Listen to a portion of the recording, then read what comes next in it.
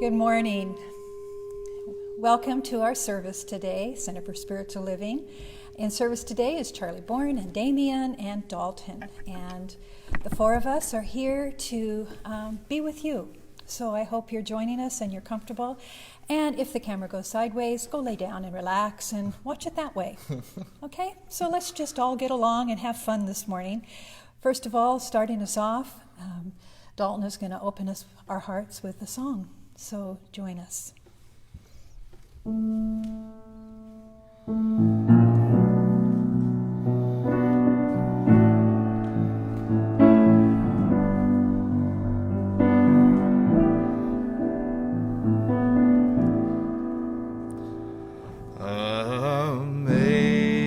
Amazing grace, how sweet the sound that saves and sets me free.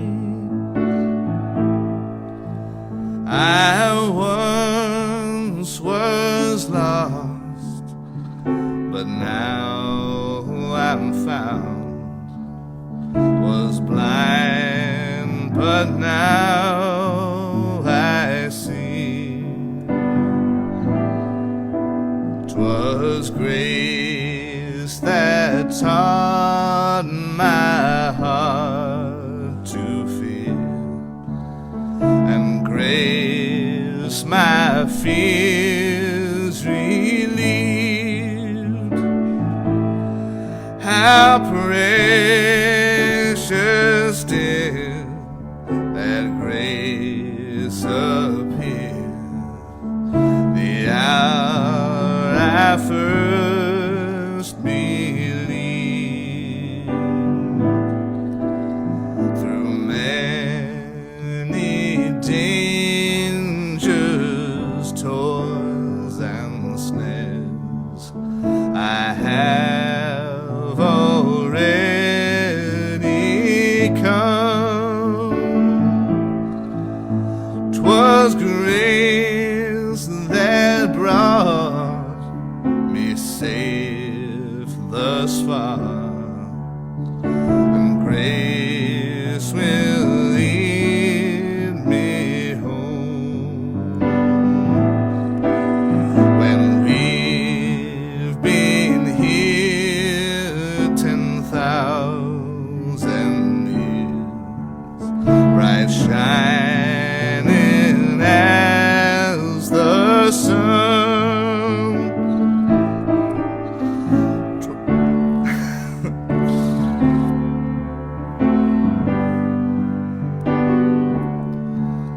And grace will lead me home. Get a little emotional there. Amazing grace, how sweet the sound that saves and sets me free. Oh, I once was lost, but now I'm found. Was blind, but now I see.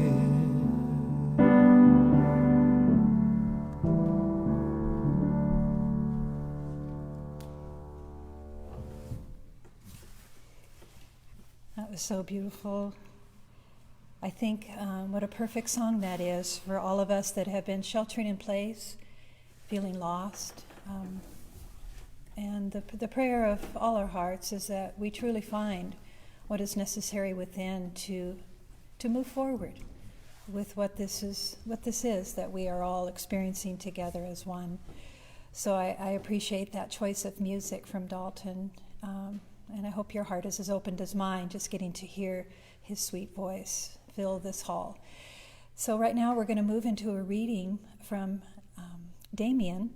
And I also just wanted to share just briefly that this is the end of the month, and if you were thinking of giving us a endowment grant paperwork that is due by May 1st. So if you've been thinking about that and have had some things that you wanted to see change and you wanted the money to support that project, the endowment grant is a way to make that happen for our center. So I just wanted to put a little plug in for that. That's the only information I'm going to share about that, and we're going to move right now into the service. So, Damien. Damien. Good morning. The reading today is from Mirabai Star. It's an excerpt titled "Making a Joyful Noise" from a work of hers called Wild Mercy. When you were a child, you knew yourself to be co-creator of the universe. But little by little, you forgot who you are. When you were a child, everything was about color. Now, you pick black as your automatic font color because that is the coin of the realm. When you were a child, you made up songs. You don't sing much anymore. You lecture, or you yell, or you keep a safe silence. When you were a child, you traveled from place to place, dancing. And now you cultivate stillness, which is great, but you are forgetting how to move to the music of your soul. You can hardly hear the inner music over the clamor of all your obligations. Reclaim your wild creativity. I know it's dangerous to become a conduit for Shakti, primordial cosmic energy. She enters like light, and everything becomes illuminated. She fits you like a second skin, and you feel everything. Pervasive bliss, deep ache. She makes you hungry, fills you up, makes you drowsy, and keeps you awake all night. She arouses praise and moves you to lament. She is the sacred taking the ordinary hostage. You cannot resist her. Of course, you are afraid of what might happen if you were to lift the lid off the box. 1,000 beautiful things might come tumbling out and take your life. You could be consumed by the urge to compose a libretto or paint a mural and lose track of your responsibilities. You are smart to be wary of opening the cage to your sleeping artistic impulses. They are likely to come roaring forth like flames and take your orderly life to the ground. What if you were to follow the visions that fill your head and your heart, begging to be manifest through your hands, and you end up neglecting your children's breakfast?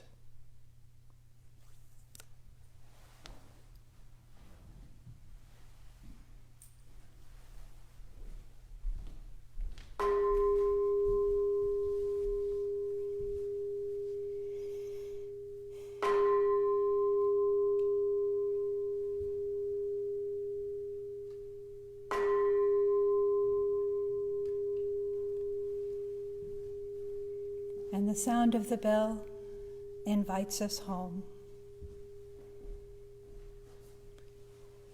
Today's message, as we center ourselves in a prayer to support the message, to support one another in these times.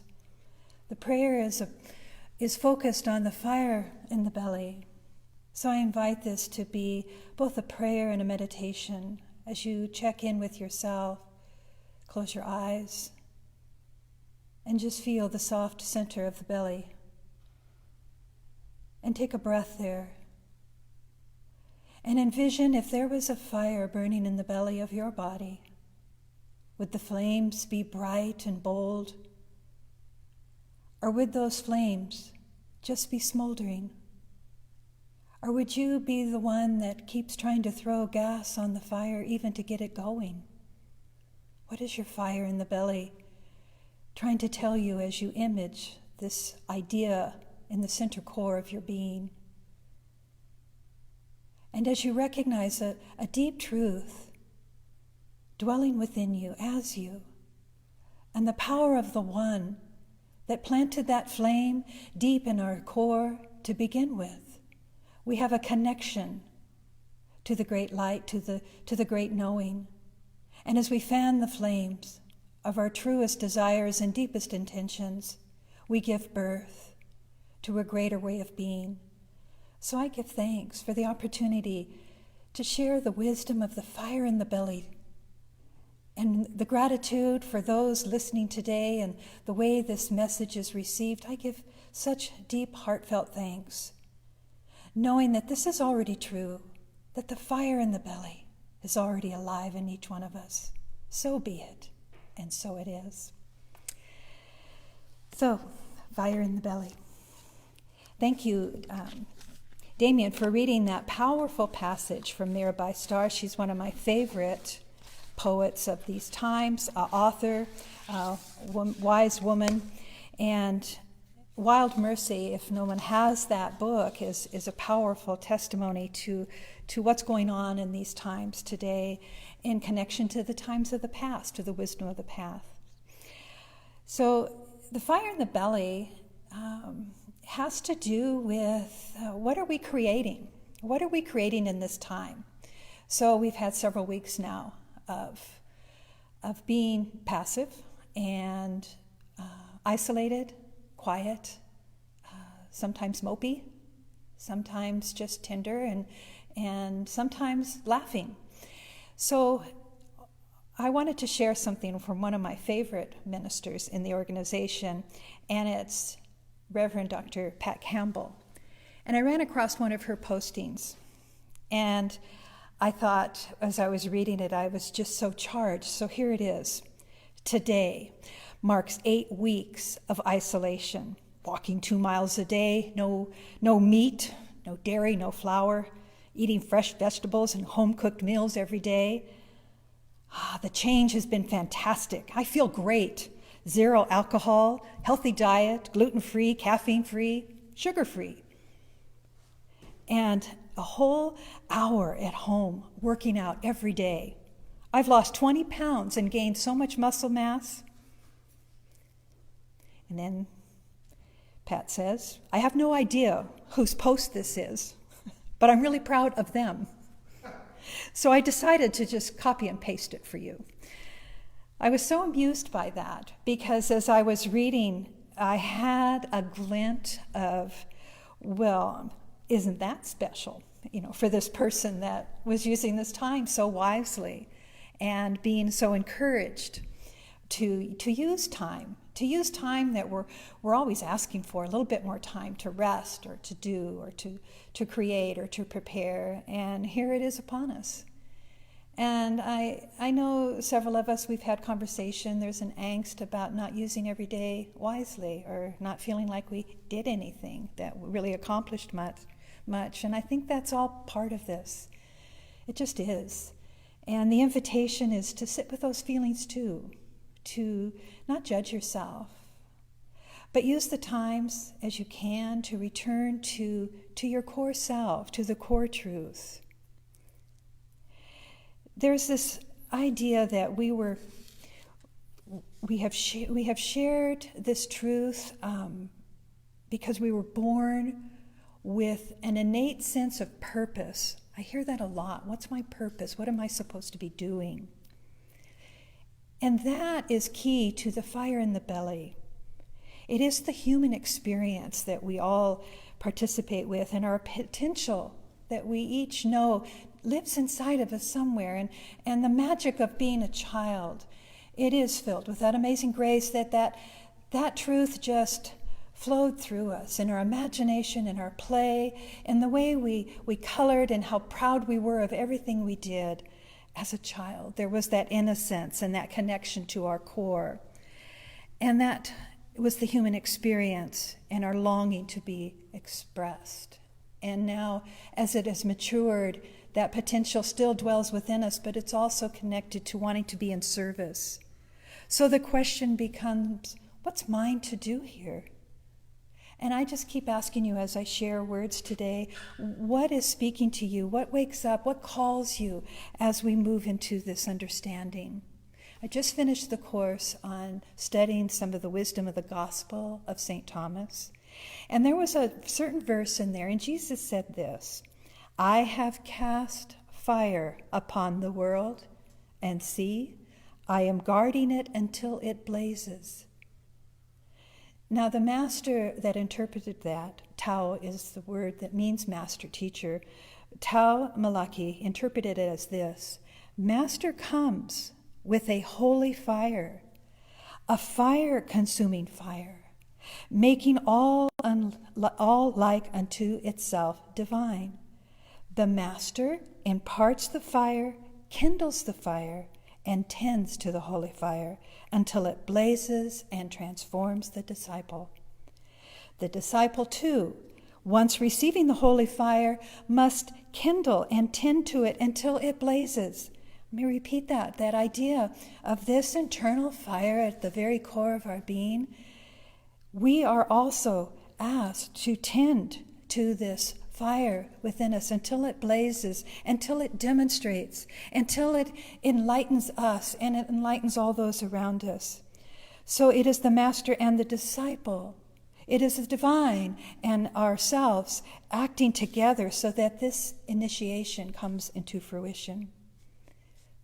So that's something to think about right now. What does that mean to all of us here? These mysteries of the verses and the hidden depth of the words are all very symbolic. And so one of my favorite studies in my lifetime has been on the path of the chakras related to the world of yoga. And fire in the belly is very intimate with the third chakra. The third chakra is right at the belly space of our body, and it is Manipura. And it is where we have the sound Ram, to ignite, to have this bija mantra sound of vibration, of purity. And you can even feel it when you're there at home and you're safe and you just put your hand on your belly, and when you say Ram, Ram, Ram, you can feel the vibration of this truth start to churn the fires. It's as if you were fanning those flames. And the beauty of Ram, the idea of the strength of the sheep with the big horns, you can see the power of that, the perseverance of the ram, the balance of the ram on the hill cliffs, but also the idea of Ram and the idea of God, the word itself, Ram. And those were the words Gandhi held so close to his heart. That was his word, that was his mantra. And when he died, the words upon his lips were Rama, Rama, Rama, Rama, Rama, Rama. He allowed his spiritual practice to be so invested in the chant of the divine name of Ram, Rama, that in his dying breath, that's where he was. He wasn't accusatory, he wasn't frightened, he wasn't afraid of anything. He was with God. So Ram, very powerful time to remember the power of sound, the quality of the vibration of sound itself. That's why we have music in our services, because words are words, but there's the sound and the quality of the notes of the music that awaken the vibratory influence inside of us to meet that knowing. So Ram. And the other idea around Manipura is the symbol of fire. And fire is the symbol of spiritual power. You think about fire as a symbol that illuminates and transforms. It protects us. Fire can protect us. It's a spiritual energy that is burning in us. It's a divine power, and it's at the center of all things. And when it's fully realized, it has the potentiality of changing all things. And again, we are the disciples. We are the conduit of this core truth, fire at our core. And so this fire, being in the center of your being, and the movement of it is what allows us to take action. So it starts to pull from the first two chakras, which are base. At the base, it's just your connection to the earth, to the mother, to the tribe, to all things, to the body. And then it moves into the element of water in the second chakra, the idea of movement and creativity. And so you see, one of the demonstrations was rubbing your hands together, the hands being part of the earth, part of our connection to heart and to earth and matter, and that is form, and we brush it together, creating movement, which is the second chakra, creates the fire, the burn, the energy, propels us with an intuitive knowing. So this might seem like an odd way to be doing a Sunday talk, but it's so integrated into all of the traditions. In Chinese medicine, that's known as the hara, the dantian. We speak of qi, of prana, energy, life force, the triple warmer, the center of digestion. We recognize that due to the fire of the belly, we are digesting and transforming all that we ingest into our being. And so fire is providing us with an energy to maintain our life. In Ayurvedic medicine, which is the ancient medicine tradition of the yogis, and it comes from India, it is said this: one must be able to digest food, thought, and emotion in order to be free of disease, and use the nutrients of the belly to transform body, mind, and spirit. So it's, again, the Agni, the fire is that we are transmuting. Now I'm going to point to a few things that you might be able to identify, because you see that the belly is an exposed area. There's a softness to the frontal area of this belly, of the center and core of fire. And it's only stabilized by the strength of your backbone. And so if you are feeling through these times a little bit defeated, depressed, you're underusing that fire in the belly. And so the invitation is get out and move. You can social distance yourself and take a beautiful walk. Mother Nature is calling you. There are wildflowers in bloom, the colors, you can just be absorbed. And the power color of this area of the body relates to the fire of yellow and the deep oranges that blend together. And there's so many poppies in our fields right now, calling us to pay attention to the fire of your belly and to demonstrate the creativity that is longing to be birthed in you. So this Agni, this fire, is transforming knowledge to wisdom by meditating, vision to insight by our actions, food to nourishment by digestion. But this inner flame needs to be balanced.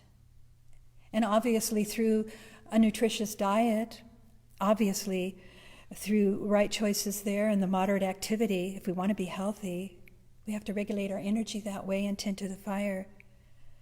But let's look at it on another level, a spiritual level. How it affects your ego and your emotional body. How are you reacting to the thoughts these days? Have you had worry, fear, anxiety? Any of those emotions lately been pulling on you? There was Linda Mitchell sent me a really cute little cartoon, and I was so amused by it. Let me just share, it's just short. It's a person going to bed at night. Good night, moon. Good night, Zoom. Good night, sense of impending doom.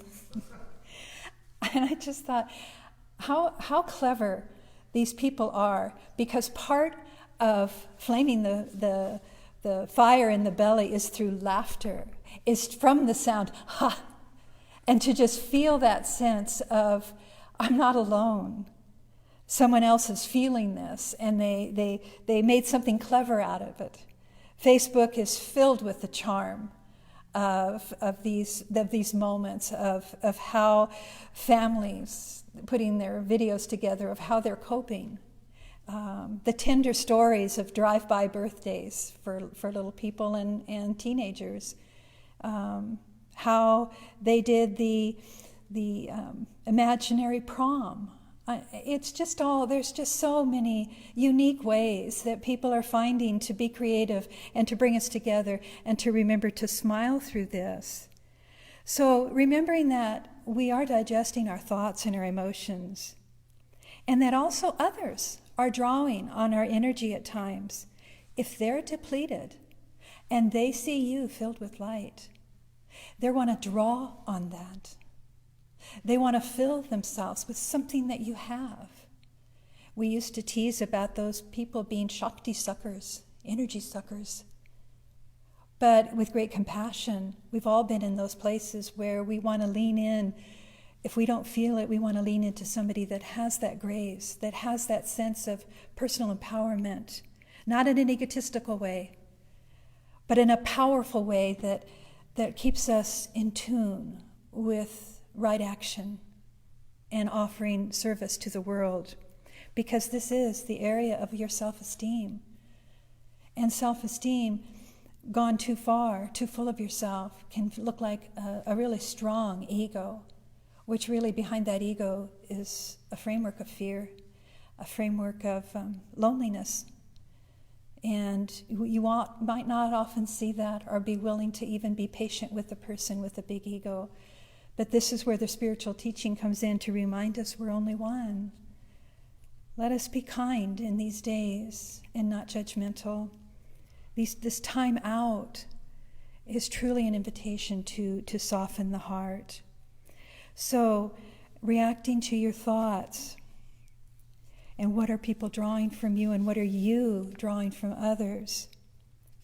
So, they call these the demons of the chakra area. Ernest Holmes calls some of our inappropriate ways or understanding as ignorance, spiritual ignorance. And that is one of the first demons of this area.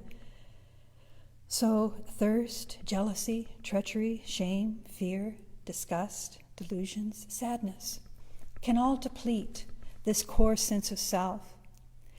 And when we're in fear at all, we withdraw from life. And we withdraw from life to try to heal, to learn to love ourselves now unconditionally. Are you? Are you spending the time in your contemplations instead of being disappointed with yourself on days end for what you didn't do? Can you just applaud yourself that you saw beauty in the day, that you took care of yourself in one way or another, that maybe you made a pie? Maybe you made some jam. Maybe you did a drawing. Maybe you're painting. Maybe you're calling upon the tools of your creativity to be birthed again. So we want to be bold with this fire that is stirring an intuitive knowing in each one of us, and use the time to practice the forgiveness of ourselves and others to stay healthy and to stay in balance. Anna Dea Judith is one of my master teachers regarding the chakra, and I just wanted to share what she says here. Think about this as you were a child and the developmental stages of this area of the fire in the belly, raised into obedience, where power is seen as sometimes outside of ourselves, vested in authority figures, parents, teachers, priests, bosses, politicians. Life for many of us became a constant quest for power. We began as children powerless before our parents. Knowing little about the world, we grow up through the school systems, religions, perhaps the military, and then we go out and find our place in the world. We start in an entry-level job and work our way up, hoping to achieve enough power simply to determine our own lives. And we discover that power dynamics enter into every relationship, from intimate to professional, and that our programming around power affects every decision that we make. So this is an energy. Power is an energy. And it's no surprise that it is related to the idea of the fire. So balancing that energy. Now, if you've been having tummy distress or a sense of feeling really just weak energy, and you're feeling bloated, and just think of all the things around the belly area that can feel off balance, then you want to turn to that, to listen to that, to give the medicine to that. What does that need? What is this area of my body showing me that I am depleted in? And likewise, if you just have been very, very stubborn and strong-willed, because this is the area of will and ego and self-esteem. So if this area, if you've been just a bully about everything and stubborn and just wanting to see black and white, you've got too much fire going on inside of you. And you need to think of ways in spiritual practice to walk slower, to drink the fluids into the body that will tame that Agni, to tame that fire. So balancing this, you want to feel that you're energizing yourself with self-respect, respect for others. You're outgoing, you're cheerful, relaxed, spontaneous, and best of all, uninhibited. So eating the balanced diet, staying active, as I said, and sharing a sense of emotional warmth, making that phone call, sending that card, just taking that pause. I appreciate the ladies in the church, that Kim Maslin and Holly Day, and I know there's others of you that have spent this time creating masks for others as the society learns a new way of walking around each other with these masks on. And yet you feel like you're hiding behind the mask. Yet Charlie can testify that people call him out when he's in a store and he's got his mask on. And they feel you. People feel you. They remember who you are. And by the sound that you've invested, by giving yourself a voice, people know you. So you won't be lost in the mask. So again, if you too much of this fire going on, you're judgmental, you're a workaholic, perfectionist, and you're resenting any other form of authority other than your own. Too little fire, depressed, insecure, lacking any kind of confidence, fearful, just a sense of general low vitality. But this is the seat of our identity. Why am I talking about that? Because the spiritual truth, the spiritual empowerment, is to recognize what you're identifying with. And the solar plexus is an area that we can truly address for our personal empowerment. All that we believe, all that we value, here's where we plan, we create, we organize and discriminate, all through this center of power. And to be in the world with no shame. Shame is one of the biggest demons that shuts this place down. You know that, when you can feel it in your belly, when your feelings get hurt, when you contract in the sense of your core. There was a expression from an author, Emmy, says, "There weren't butterflies in my stomach, there were fire-breathing dragons." These are the emotional connections that we have to our feelings. And when we feel those butterflies, that's an intuitive call. Something's going on here. So we sit in the center of our being, looking at our own identity. Who are we? What are these feelings about ourselves and the world? It is a measure of your self-esteem right now, your confidence, your self-worth. Think about that.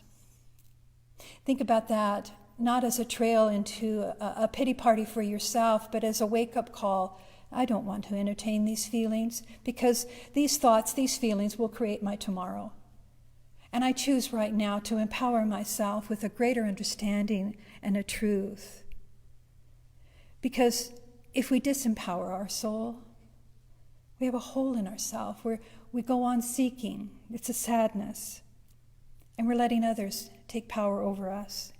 We feel weak, hesitant, and uncertain, even controlled. So here's the invitation. We've got time to work on this. Mark Nepo, one of my other favorite poets and authors, had this to say: "There has always been a cost of living near the truth. And we must face this squarely too, because that's what the invitation here is. Live so closely to your truth. And know that the master teachers of your life have presented the principles of living that are true, and you can lean in on those and know that that is your medicine. So we must, let me repeat this again. There has always been a cost of living near the truth, and we must face this squarely. It begins as a loneliness that arises from being misunderstood. Depending on how lively we are in living what we know, this cost can inflame into exile, arrest, persecution, and even death. In the history of facing things, the lineage of such souls is painful but inspiring. Consider Nelson Mandela, Rosa Parks, Gandhi, Vincent van Gogh, Michelangelo, Jesus, Buddha, Moses. Consider the stonemason Socrates, who challenged people to inquire into the truth of their lives and then change their lives accordingly. His courage and straightforward questioning cost him his life. So frightened are we to face ourselves. Still, the cost of not standing by our core and facing the truth is withering into a living death, which for many of us is absolutely unbearable. So you've got the fire in your belly. It has been flamed or inspired to fan those flames, to ignite that truth inside of you, so that we have a strong will through these days to keep on moving forward, to keep honoring the directives and take advantage, so that the fire in the belly activates this will and aligns our volition and our intuition with our gut feelings, to allow our intellect and our sense of consciousness and personal commitment to achieve despite all setbacks, despite all that is being asked of us. We carry on. We use our backbone to move forward. We are decisive. We are outgoing, aware, and clear. And this area is vulnerable, yes it is, to raw emotion and anger and frustration, to the emotions of others, especially if we're an overly sensitive person. But what is blocking our greater good here from manifesting? Why would we block it becoming tense, defensive, withdrawn, or repressed? What good is that? So I ignite that fire in you, Rama, Rama, Rama. May the voice of the divine, may the chant of the divine name inspire those flames inside of you. Decide what you're going to achieve here, what you're going to do, what you're going to have no matter what. Laugh more, cry more, touch more, feel more. Overcome the doubt and the mistrust that is destroying your vitality. You want this medicine right now to overcome. Surround yourself with yellow light, with the colors of yellow. Stand in the sunlight. Let it bathe you. Stare at a candle and let it feed you. Burn away the doubts that arise and tend to the fire in you. Plant sunflowers all around your yard and keep walking and keep walking. Keep asking the questions, why am I having this thought? Discipline your mind through the meditation and the spiritual practices that we have invested in for so long here at the center. Do your breath work, do your prayer. Lean into the light that sustains you in the midst of all that's going on. Pray to the sky above, the earth below, and the fire within. You don't have to have the loudest voice to make a difference, but you need to have that faith. You need to have that faith. And there was a beautiful, as I close, Ernest Holmes, too powerful in his chapter in the Science of Mind textbook on faith. It says, not only must we have complete faith in spirit and its ability to know and to do, we must have complete confidence in our approach to it. We must not be lukewarm in our conviction. We must know that we know. We are to demonstrate that spiritual thought force has power over all material resistance, and this cannot be done unless we have abounding confidence in the principles which we approach. Pure faith is spiritual conviction. And he says, there is a place within us that lies open to the infinite. These are the soul lessons that we are experiencing right now. There is no limit to what we can do.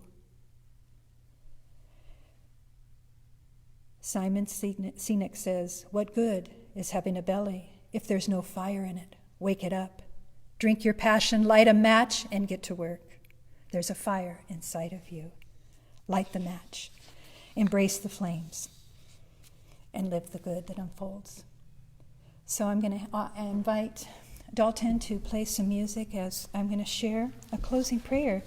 And as I return to Reverend Dr. Pat Campbell, this was her sharing this week. So this is her words, but it's a beautiful spiritual mind treatment to remember and maintain a higher perspective and to feel the flame inside of you. So join with me in this knowing. There is only one power, one presence, one life. It is the life force energy of the divine. This energy is back of all things, all the time. It is forever knowing itself more fully by means of its creation, by means of you. That means it is knowing itself more fully through me as me. It's knowing itself more fully through you as you. We are one with it. An open vessel which spirit knows itself. What is true here is true for every living thing. We are, all of us, the way life can know itself. We didn't make it so, it just simply is. The more I consciously allow the energy to flow through me, the more at one I feel. I am open. I am opening. As I open myself to it, I find that I see life from a higher, more conscious, more expanded perspective.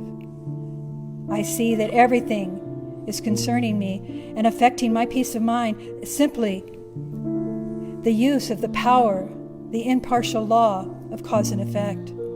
If it's bothering me, then it is my responsibility to see rightly. We raise our consciousness of the divine energy back of all things, seeing things differently, experiencing all things, and witnessing the change.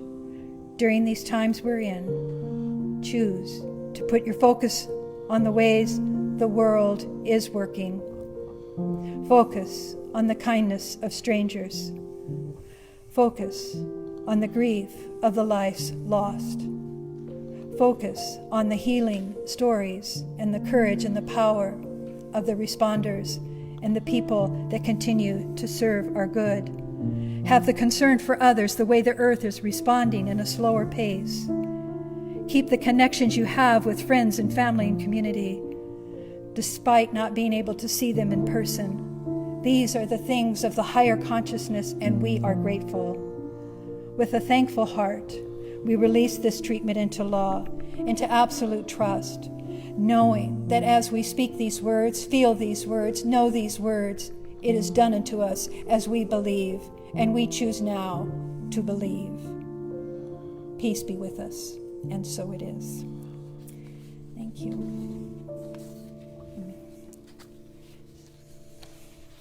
So, thank you for listening. Thank you for your offerings. This is the time you take the offering, the good that you can share, and we bless that money, we bless that good, and we receive it with such gratitude. So as you look on the website for ways to give, as you send in your pledges, each one is received with such heart and intention.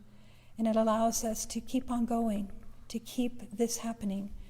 So we're all in this together, and that is known through the gifts as we continue on and champion our way. So tend to your fire this week, tend to the truth, and the blessing of the song as we close from our Dalton. Thank you for being here, Dalton, Damien. Have a great day, everyone.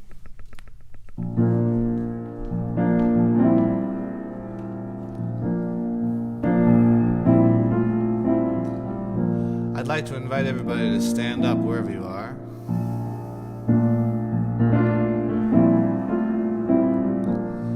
If there's somebody nearby, and you want to hold their hand, that's always encouraged.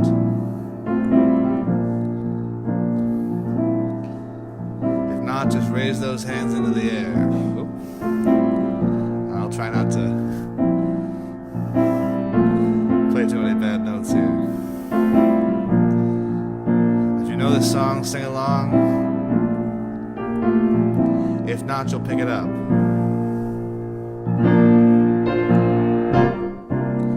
All good, holy, holy.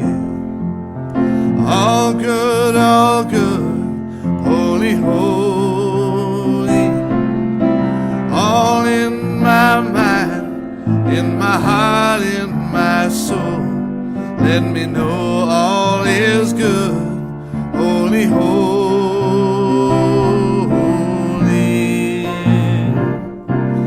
All good, holy, holy. All good, holy, holy. All in my mind, in my heart, in my soul. Let me know all is good, holy, holy. Oh God now, oh God, holy, holy.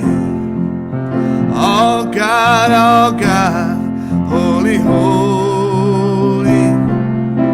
All in my mind, in my heart, in my soul. Let me know all is God, holy, holy. All love now, all love, holy, holy. All love, holy, holy. All in my mind, in my heart, in my soul. Let me know all is love, holy, holy. That's why all is one now, all one, holy, holy. All one, holy, holy. All in my mind, in my heart, in my soul. Let me know all is one, holy, holy. All good, one more time now. All good, holy, holy. Sing it with me now. All good, holy, holy. Has said all in my mind, in my heart, in my soul. Let me know all is good, holy, holy. Has it all in my mind, in my heart, in my soul. Let me know all is good, holy, holy.